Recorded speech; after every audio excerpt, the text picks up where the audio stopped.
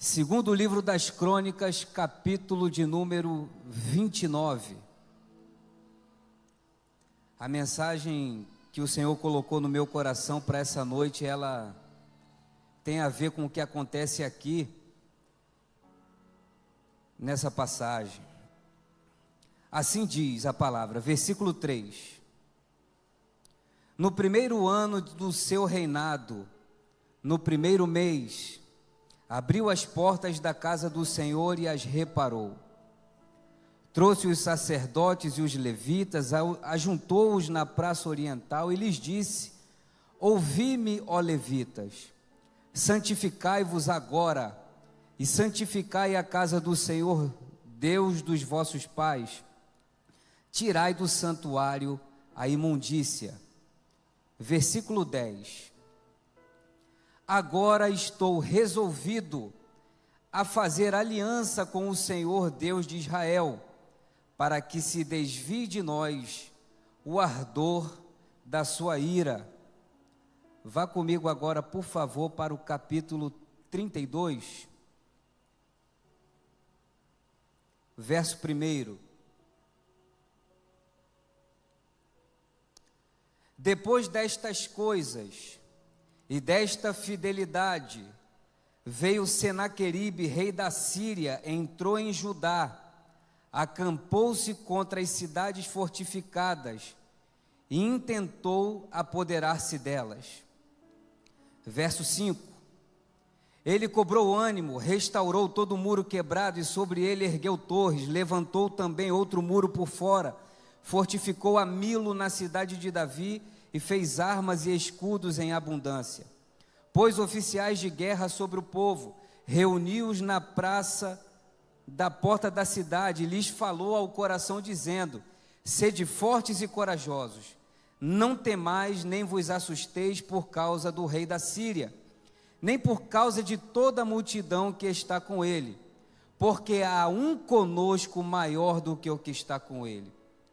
Com ele está o braço de carne, mas conosco o Senhor nosso Deus para nos ajudar e para guerrear nossas guerras. O povo cobrou ânimo com as palavras de Ezequias, rei de Judá. Meus irmãos, a mensagem que o Senhor colocou no meu coração para essa noite chama-se Tempo de Restauração. E ela tem tudo a ver com essa mensagem.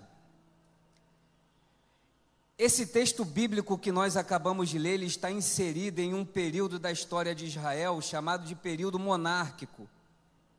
Nós sabemos que Israel era uma unidade composta, uma nação composta em 12 tribos, e viveu assim por aproximadamente 120 anos, durante a gestão de Saul, Davi e Salomão. No tempo de Salomão acontece um racha no reino, o reino se divide agora em 2 reinos. 10 tribos ao norte permanecem com o nome de Israel. As 2 tribos do sul adotam o nome da tribo maior.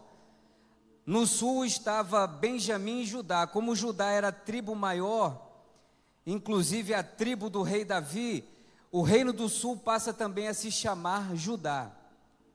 E quando você olha para a Bíblia e vai estudar um pouco acerca do período dos reis, quando a Bíblia vai falar dos reis do norte, há uma certa unanimidade. A Bíblia diz o seguinte: e o rei fulano de tal fez o que era mal aos olhos do Senhor.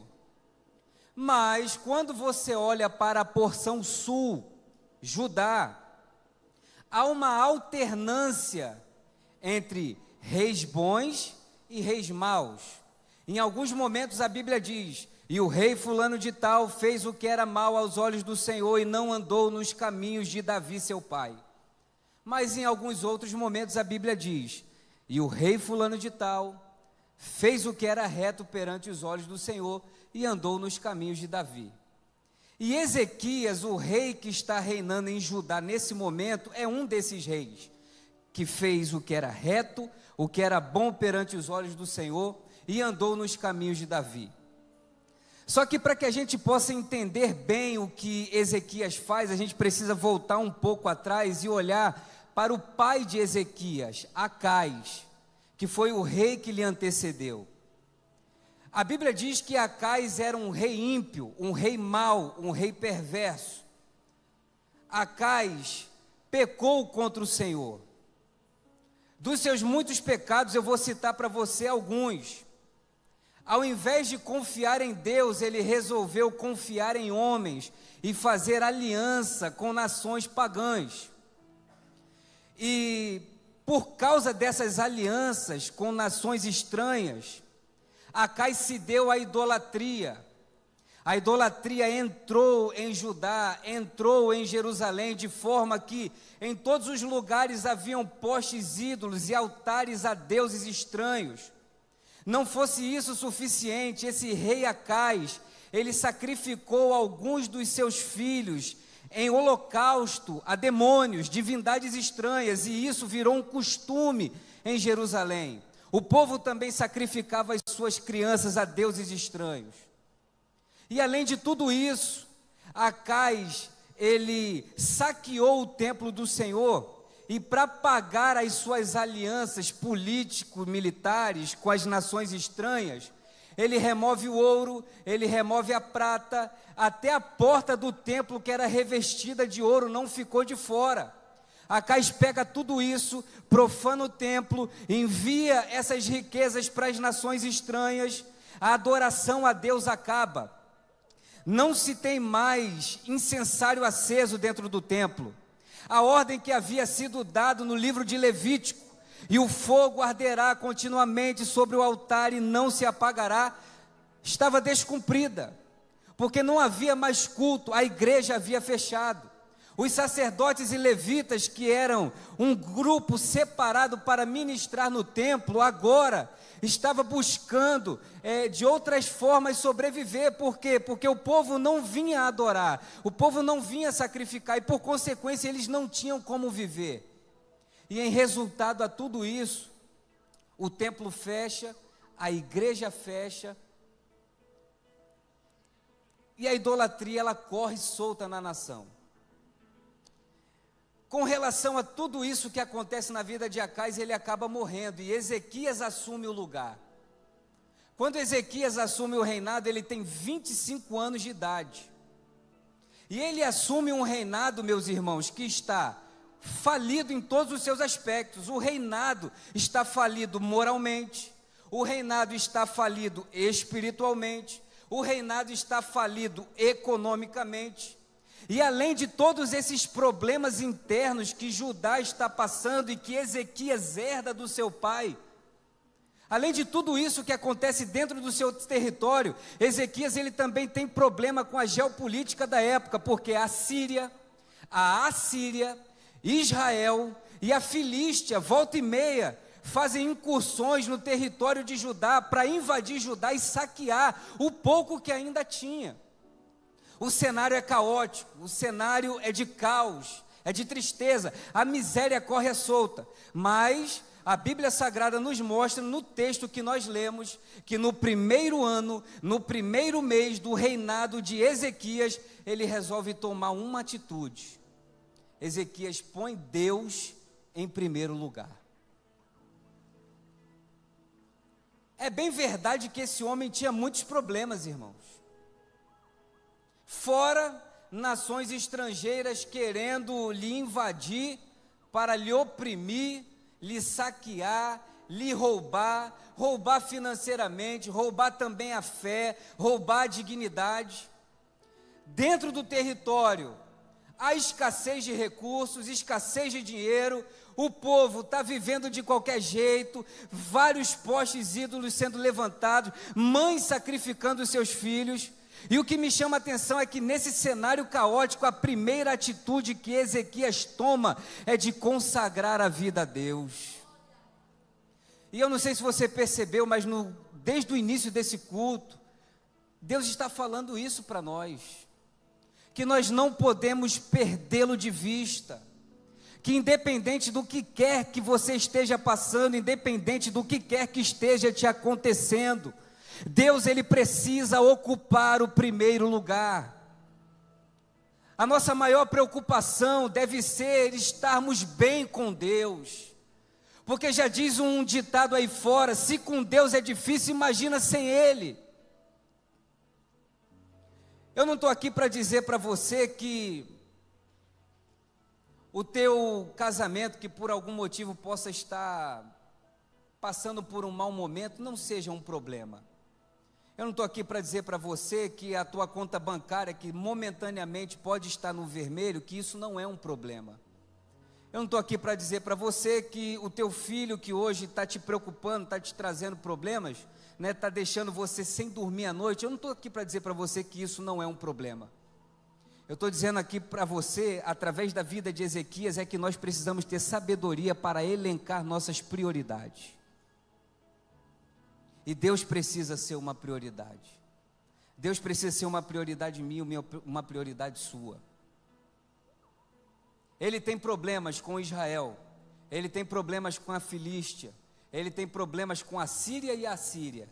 Ele tem um povo prostituído, moralmente corrompido, mas ele tem um problema maior: um templo fechado, um povo que não adora, um altar que não pega mais fogo, um lugar onde não se oferece mais incenso. Esse é de fato o problema de Ezequias. E a Bíblia Sagrada nos diz, e nós lemos que no primeiro ano, no primeiro mês do reinado de Ezequias, ele chama os seus sacerdotes, ele vai para o templo que está fechado, conserta as portas e abre o templo. Após abrir o templo, ele fala com os sacerdotes e levitas e diz o seguinte: consagrem-se ao Senhor vosso Deus, voltem a se consagrar. Após determinar que os sacerdotes e levitas se consagrem, ele manda o povo se consagrar. Depois de mandar o povo se consagrar, Ezequias ele vai promover a festa da Páscoa, coisa que já há muito tempo não se fazia mais. Ele vai celebrar a Deus o livramento que Deus havia dado a Israel no passado, com o coração crente que aquele Deus que tinha livrado no passado poderia livrar no futuro também. E essa passagem ela fala para nós sobre uma vida consagrada. Porque fala sério, irmãos, a verdade é que assim como Ezequias, a gente também passa pelos nossos problemas. Agora a gente precisa se pegar no exemplo que ele dá, para que a gente não incorra no erro de chamar de fundamental aquilo que é apenas importante. Você consegue perceber a diferença? Tem coisas que são importantes, mas tem coisas que são fundamentais. E se tem uma coisa que eu percebo que o adversário ele gosta de fazer comigo e com você, através das circunstâncias, é nos fazer olhar para o tempo presente e nos fazer esquecer do que está por vir. É nos fazer olhar para aquilo que os nossos olhos podem contemplar e estão vendo, e esquecer de olhar para aquilo que Deus pode fazer. E a primeira coisa que esse homem faz é determinar a consagração do seu povo. E é sobre isso que Deus ele tem falado conosco desde o início desse culto.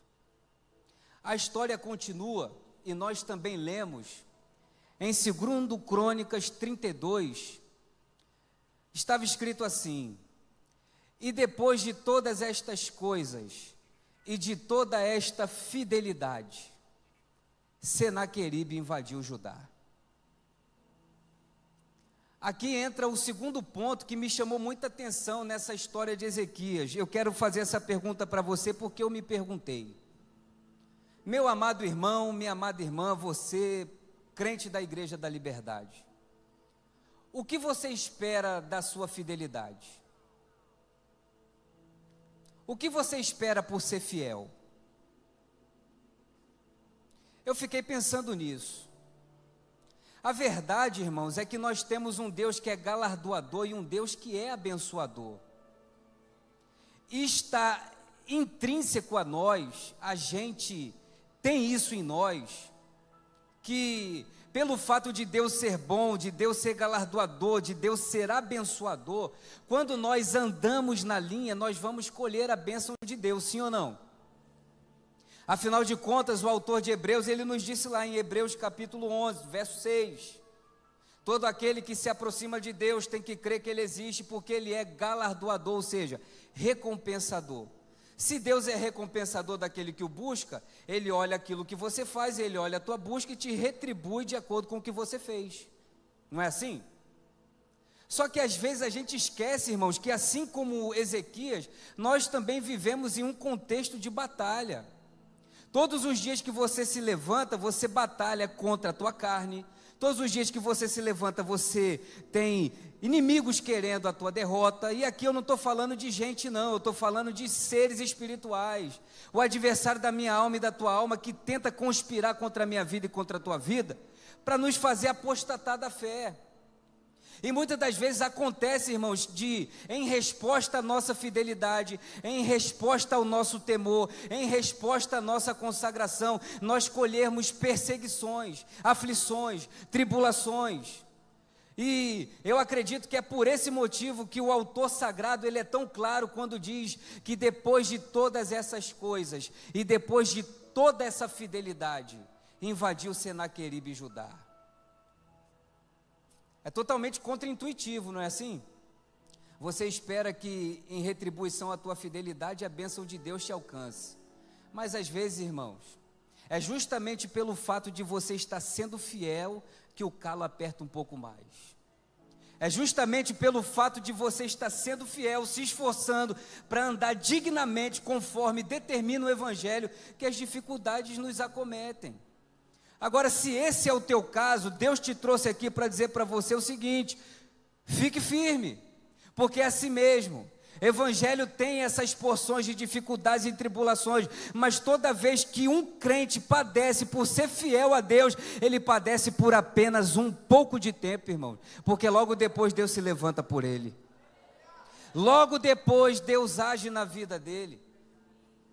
Senaqueribe, ele envia mensageiros a Jerusalém, e Senaqueribe é sujo, assim como o meu adversário e o teu adversário é sujo, irmão.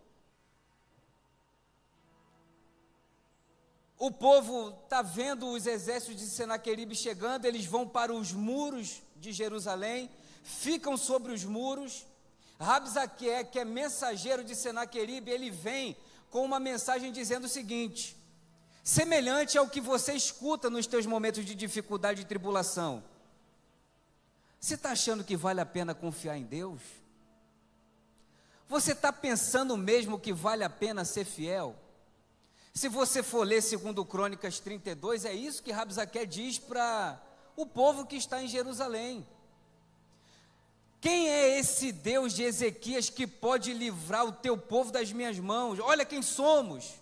Nós somos a Assíria. Nenhum dos reis, nenhuma das divindades, dos reis, das nações que nós invadiram, foram capazes o suficiente de livrar os seus povos das nossas mãos. Quem é o Deus de Ezequias para livrar vocês?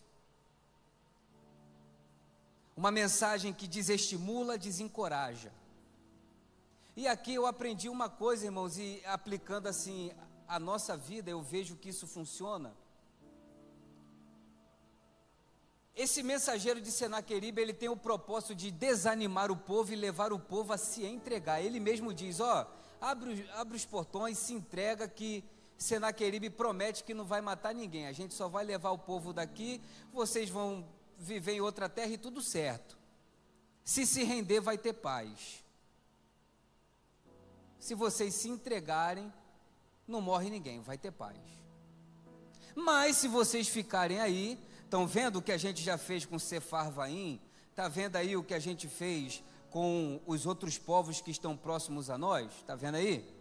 A mesma coisa vai acontecer com vocês. Então não vale a pena ser fiel, não vale a pena perseverar. E digo mais, não deixa que essas palavras que Ezequias disse para vocês ganhem o coração de vocês. E aqui está uma aplicação que eu queria dividir com vocês, irmãos. Quando nós estamos em Deus, eu ouvi isso da boca de uma irmã da minha célula e tocou muito no meu coração, Jaqueline. Ela disse assim: eu sei que eu sou de Deus, eu sei que Deus está comigo, então se alguma coisa me acontecer, foi porque Deus permitiu que acontecesse. O que eu quero dizer para você é que por muitas das vezes Satanás ele faz conosco aquilo que Senaqueribe está tentando fazer aqui com o povo de Judá. Porque o diabo sabe que não pode te tirar da presença de Deus. Então o que é que ele faz? Ele tenta te convencer a sair. Ele sabe que enquanto você está abrigado no esconderijo do Altíssimo, debaixo da sombra do Onipotente, o que te resta senão ser amado por Deus, cuidado por Deus e protegido por Deus. E ele sabe que nada ele pode fazer contra você se você está lá. Aí o que é que ele faz? Ele mente para você. Ele usa as circunstâncias para você, para dizer o seguinte: está vendo tudo isso aí que está acontecendo? Tu não é fiel a Deus, então por que tu está passando por isso? Se Deus fosse poderoso o suficiente, como você ouve lá na Igreja da Liberdade, os pregadores dizerem, os pastores dizerem, os músicos dizerem, se Deus é tão poderoso assim, então por que Ele não te livrou disso? Por que Ele não está agindo aí? Não vale a pena ser fiel, não vai no culto mais não, não dizima mais não, não consagra a vida mais não, não clama mais porque não vale a pena. O que é isso, irmãos? Eu entendo isso como uma medida desesperada de um inimigo que está derrotado e que está tentando disseminar incredulidade no meu e no teu coração. Mas em resposta a isso, Ezequias ele já havia dado uma palavra: vocês não precisam temer essa multidão. Você não precisa temer Senaqueribe, sabe por quê? Com ele está o braço de carne, mas conosco o braço forte do Senhor dos Exércitos. Igreja da Liberdade, conosco está o braço forte do Senhor dos Exércitos. Então não desce do muro, não desce do muro, não te entrega, não se entrega. Alguém disse que se nós pudéssemos ver, muitas das vezes nós desistimos quando já estávamos perto de alcançar. É quando você está perto de alcançar que a batalha fica mais calorosa, o negócio fica mais enrolado. Eu convido você a depois procurar alguns dos nossos irmãos aí da intercessão e pergunta para eles se não é assim. Muitas das vezes a gente espera abrir uma campanha hoje e Deus responder amanhã. Fazer um voto hoje e Deus honrar amanhã. Eu guardo muito nítido na minha mente, irmãos, e eu sempre falo isso quando posso. Quando eu congregava em outro lugar, estava promovendo uma campanha de oração, e a irmã veio para mim: irmão, hoje eu entro nessa peleja aí, eu quero o meu marido liberto, meu marido bebe demais, eu quero ele liberto. Passou um tempinho de campanha e a irmã me procurou e disse o seguinte: meu irmão, ao invés de melhorar, piorou, porque o meu marido que agora bebia, agora ele bebe e fuma. Aí você olha assim, né, meu irmão, que negócio complicado, né? Que é contra-intuitivo, João. O que você espera? Que Deus intervenha, só que às vezes a gente esquece que está numa batalha espiritual. Me ajuda aí, vira para a pessoa que está ao seu lado e diga assim: não se esqueça que você está numa batalha. Esquece não, irmão. Esquece não. Mas a notícia é boa, tá? Embora, preste atenção, às vezes antes de melhorar, piora um pouquinho mais, tá? Não estou aqui para te enganar, amém? Às vezes antes de melhorar, piora um pouco mais, mas pode ter certeza, depois melhora. Vale a pena ser fiel, Igreja da Liberdade, vale a pena ser fiel. Eu disse para você que houve consequências da fidelidade, e uma das consequências foi a afronta. Mas logo depois da afronta, veio o livramento. Senaqueribe não disse assim: quem é o rei de Ezequias, que é poderoso o suficiente para livrar vocês das minhas mãos? Ele não disse isso. Além de ter dito isso, ele ainda foi mais ousado e enviou cartas de afronta a Jerusalém, irmãos. Só que o povo que está firme em Deus, o povo que consagra a vida, o povo que se humilha diante do Senhor, o povo que escolhe, ao invés de blasfemar, ao invés de chorar, escolhe orar, escolhe jejuar, se humilhar, se cobrir de pano de saco. Esse povo, irmão, quando pega cartas de afronta, ao invés de retrucar, ao invés de se dar, ao invés de querer brigar, sabe o que faz? Vai orar. Ezequias pegou as cartas de afronta de Senaqueribe e deu nas mãos de um homem. Irmãos, o profeta messiânico. Essa carta de Senaqueribe foi parar nas mãos de Isaías. E a Bíblia diz que Isaías leva essas cartas de afronta para o templo. Ô irmão, e quando a gente resolve colocar as afrontas aos pés do Senhor, a resposta vem. Ei Deus. Senaqueribe disse: quem é o Senhor? O Senhor disse: quem é Senaqueribe? Senaqueribe não percebeu que na verdade ele tem sido todo esse tempo um instrumento nas minhas mãos, eu o tenho usado. Se ele conseguiu desbaratinar exércitos, destronar reis, foi porque eu assim o quis. Mas agora, Senaqueribe, eu colocarei um anzol no teu nariz. Tu crê, Igreja da Liberdade, que se tu se posicionar, Deus vai botar um anzol no nariz dos teus adversários? Tu crê? Senaqueribe, eu colocarei um anzol no teu nariz e tu vai voltar envergonhado. Porque sobre Jerusalém havia uma palavra, irmãos. Isaías 54, 17, 18. Se você não decorou, eu te aconselho a decorar. É lindo. Pode uma mãe se esquecer do filho que amamenta, de forma que não se compadeça do fruto do seu ventre? Ainda que essa se esqueça, eu jamais me esquecerei de ti. Aí olha a promessa sobre Jerusalém. Jerusalém, o teu nome está cravado na palma das minhas mãos. E os teus muros que estão tentando derrubar, continuamente diante dos meus olhos. Vale a pena ser fiel, Igreja da Liberdade. Depois do livramento só resta o cântico. Eu queria que você ficasse de pé agora. O tempo já foi.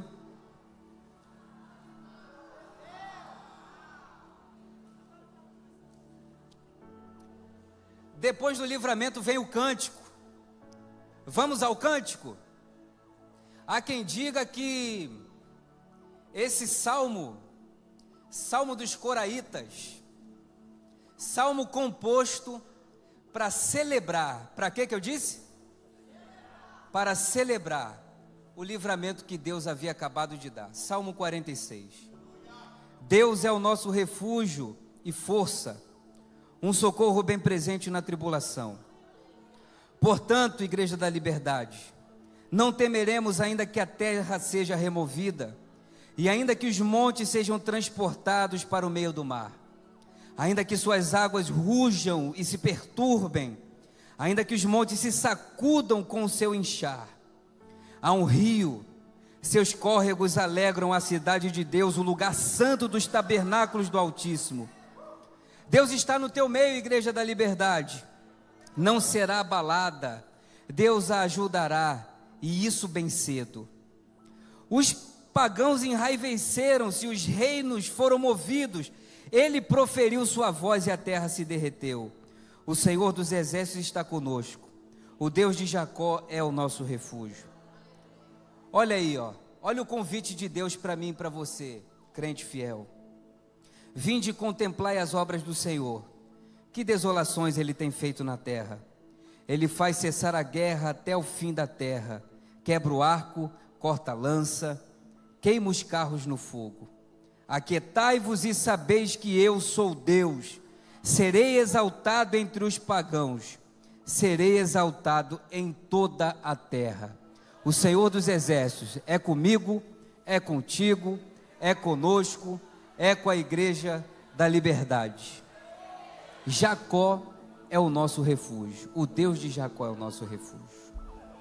Fecha teus olhos. Pai, bendito seja o teu nome, Deus de Ezequias. Colocamos as nossas vidas nas tuas mãos, Senhor. Muito obrigado, Pai, por tudo que tu tens feito por nós até aqui.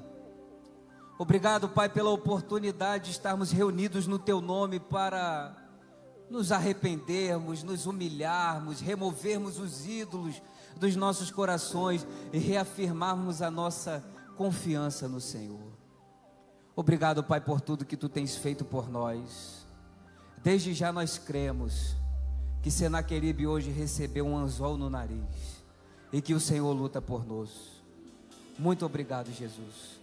Nós te adoramos por ser esse Deus tão fiel e tão amoroso que cuida do seu povo. Assim te adoramos, em nome de Jesus. Amém.